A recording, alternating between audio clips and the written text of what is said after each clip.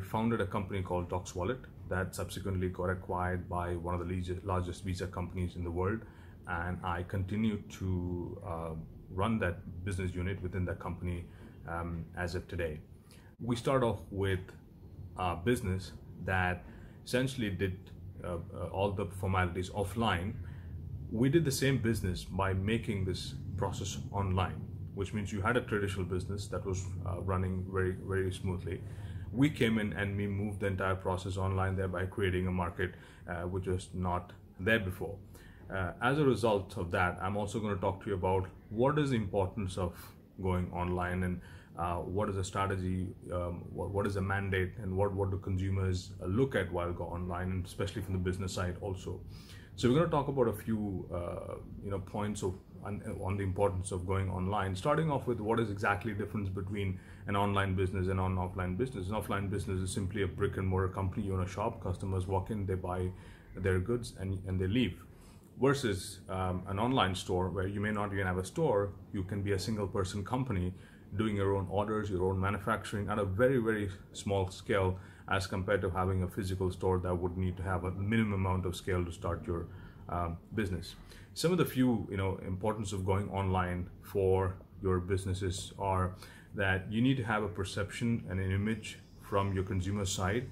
The moment you have a website, a blog, and an online presence, it shows how serious you are about your business and allows other people to also rate your businesses, and in the long term you're able to accumulate these ratings and then by improve the customer perception of your business. Now, people don't have visibility of your product unless you go online, because the internet and online medium is the biggest space where you have visibility across your business.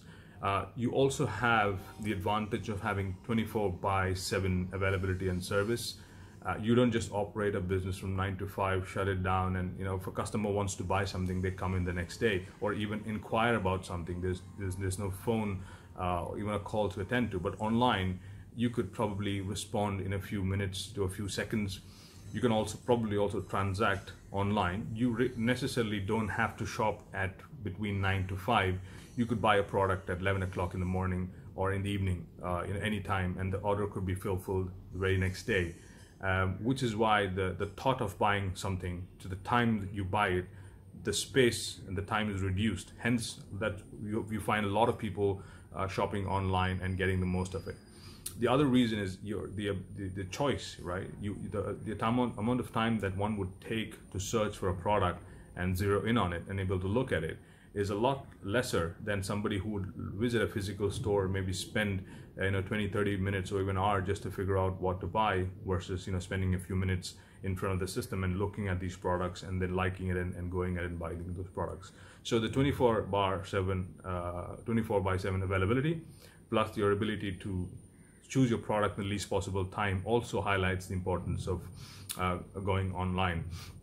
And it doesn't matter if your business is closed, people would still start buying, and so you immediately start becoming a 24/7 organization versus a 9 to 5 organization. So that's a very important aspect of moving online as a business. The other one is, of course, better customer support. As I mentioned to you, people would not have to spend time to sort of get feedbacks, and they take a lot of time to buy their products and decisions, and able to take feedbacks from people around the world as regards your product feedback, versus you're trying it for the first time, and that's becoming a norm. People are actually looking at reviews, ratings, ease of usage, and the whole process before they actually start buy the product. And email marketing is one of the best ways to sort of start your business online, and with all the social media processes coming around, the visibility also comes into play. Starting a business online is extremely easy. You could just start a business in a single day with a single product, just with you as this first employee. Imagine the clothing business. You could just set up a website, take orders, and start shipping them wherever you want to, versus setting up a large shop, incurring overheads, rentals, etc., and then making your product available to the customer in the least possible time. And you don't have, and this, in today's world, we don't have to have super softwares to support us. There are n number of products and services out there, such as Shopify, is going online, Perfect Solutions, to name a few, that will help you to set up your customer websites in less than a day. And these are all standardized websites. You just have to provide the content, a few photographs, your bank account, and you're done. You can go online at any point of time. And while I'm just talking not just about products, this applies to services as well. It could be legal consulting, it could be a doctor, telemedicine. All of that could be started in no time as far as a online business is concerned. And then obviously the internet was looking at the way the internet was made. It is made for business. You're able to make online payments. There are facility to make online payments. There are facility to make card payments where you don't have to set up your own payment infrastructure. No cashier, by the way, and reducing the cost of how the business is done. And the more you are online, the more leads you get, and of course you'll get the more business according. So you can plan your costs according to your growth, and not your growth based on your expected growth. You can actually plan your cost based on your expected growth versus the other way around. The other thing about going online in the business is, you could start the business from anywhere, right? Doesn't matter. In the online business, there are no geographical boundaries. You could set up a clothing shop in India and start servicing customers, the US or Japan and Europe, in less than a few days. And it doesn't matter where you're located, because you can actually start sourcing your products from other places as well, bring it onto your location and start shipping it across. Of course, there are a lot of exceptions, such as doctors and surgeons and etc., who must first work from a specific location, but that's also changing across. So the online process, especially the SME and the MSME, it's as good as any day, any time. So easy to start up. Your customer base just becomes a lot global. A few years ago, before online starts, it doesn't hurt you if somebody starts a clothing shop in the US and you've got a clothing shop here, let's say in India. Now it's totally different.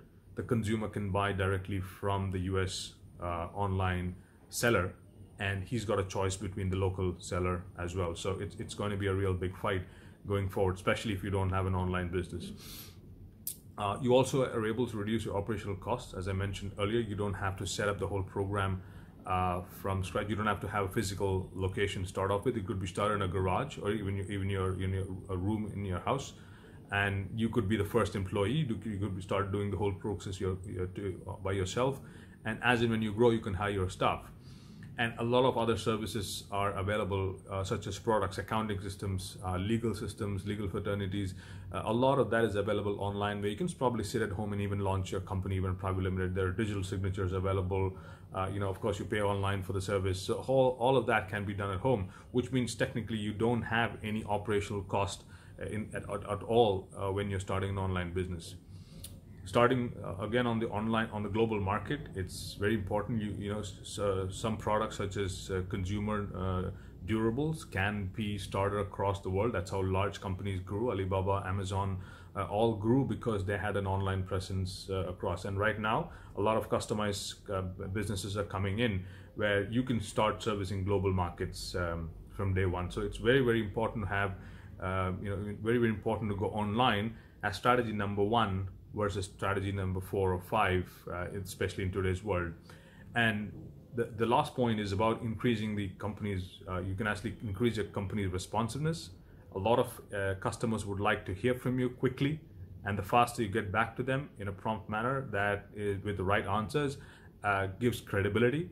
This also allows them to go and provide the services across. So if you look at, online one was probably a website and an email. This was probably the first version of going online from the 90s to 2000. But right now in 2020, it's all about making your online business strategy number one, and even focusing on reducing your physical presence, or even shutting down your physical presence is going to be a strategy that we will be seeing in quite a few businesses to come forward. I hope you enjoyed this talk, and we will be available at the chamber for any questions or clarifications, and I'm happy to have contributed to this vlog. Thank you very much.